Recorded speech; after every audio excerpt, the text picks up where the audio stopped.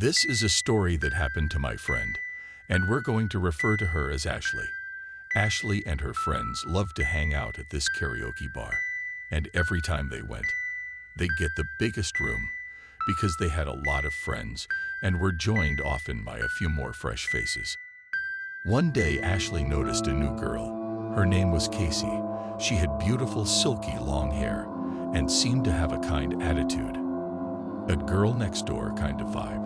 And it's the second time that she's been around, but she was very quiet. She didn't talk with many others and was always by herself.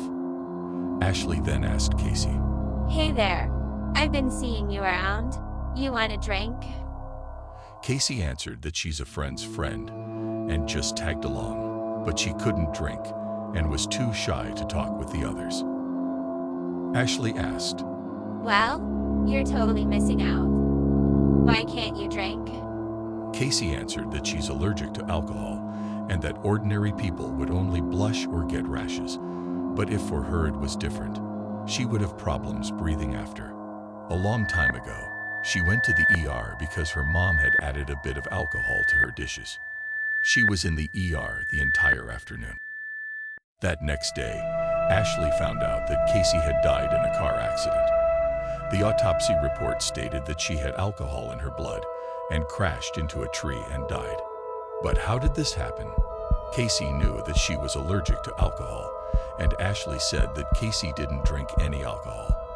All she had was a glass of orange juice and refilled it with water.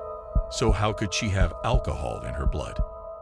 A few days later, Ashley came home from work and opened the door to find the smell of alcohol coming from the house, but she didn't have any drinks at home. She didn't mind it too much and thought it must have been her neighbors. Ashley was too tired from working late, so she took a shower and went back to her room to sleep. And suddenly, she woke up in fright. Ashley wasn't in her room, but was at the karaoke bar she went to last week, and the music they were playing was the same music they were playing that day, and the party was just as amazing as that day. Ashley saw a long-haired girl in a white dress sitting with her back to everyone, and she thought the girl seemed familiar, so she went over to her and patted her shoulder. When the girl turned, she was frightened because this girl's left cheek was crushed entirely to the right, with her left eyeball dangling on her nose. Blood and broken glass were all over her face. Obviously, she crashed into a piece of glass from the left, and then her left cheek got squeezed to the other side. Ashley immediately woke up in a panic after the disturbing sight. She then realized that she was at home and that it had just been a nightmare. Although she was frightened, she wanted to get some air, so she went to the balcony, took a few breaths of fresh air, turned around, and went back to the house. Then she saw a blurry girl figure drifting in from the door to her room and drifted closer and closer to the balcony. When she got close enough and raised her head, it was Casey. Her face was the same as what she just saw in the dream. Ashley was scared to death now, and she was so scared that she couldn't scream. She kept saying to Casey in his mind, "It wasn't me. It wasn't me. I didn't cause your accident. I feel sorry for you, but I didn't do anything wrong. Please let me go. Don't come after me." Then Ashley realized that Casey seemed to be trying to say something. She was trying to say something with her squashed mouth on that smashed face.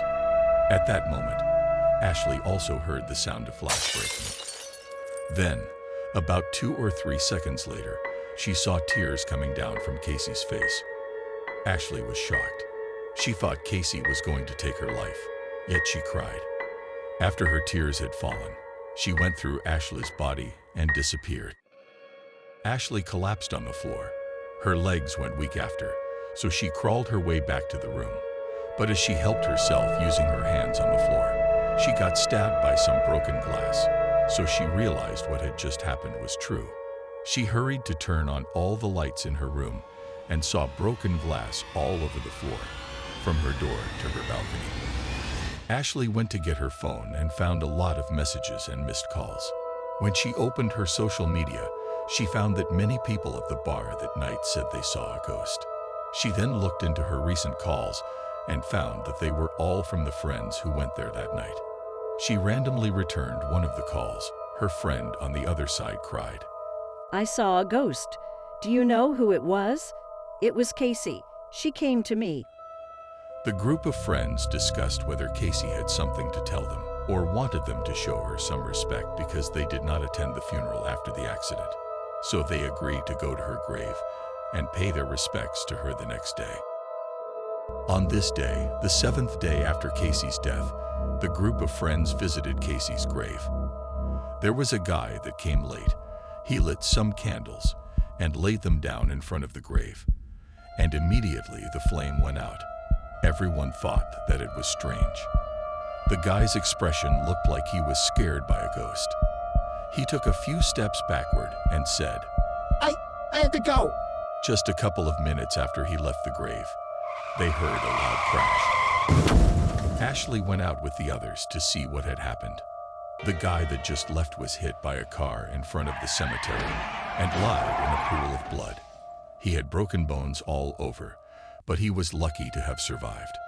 When he regained consciousness, he kept crying and told everyone that he was sorry, that it was him.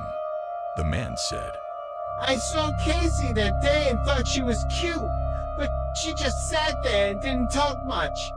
So I thought I'd give her a drink and she would be willing to talk to me. So when Casey went to the restroom, he added some whiskey to her drink. After she took the first sip, she found out that the drink didn't taste right immediately, and the man acted innocent. So Casey left with an excuse, and that's how she lost control of the wheel when she couldn't breathe and crashed straight into a tree and died.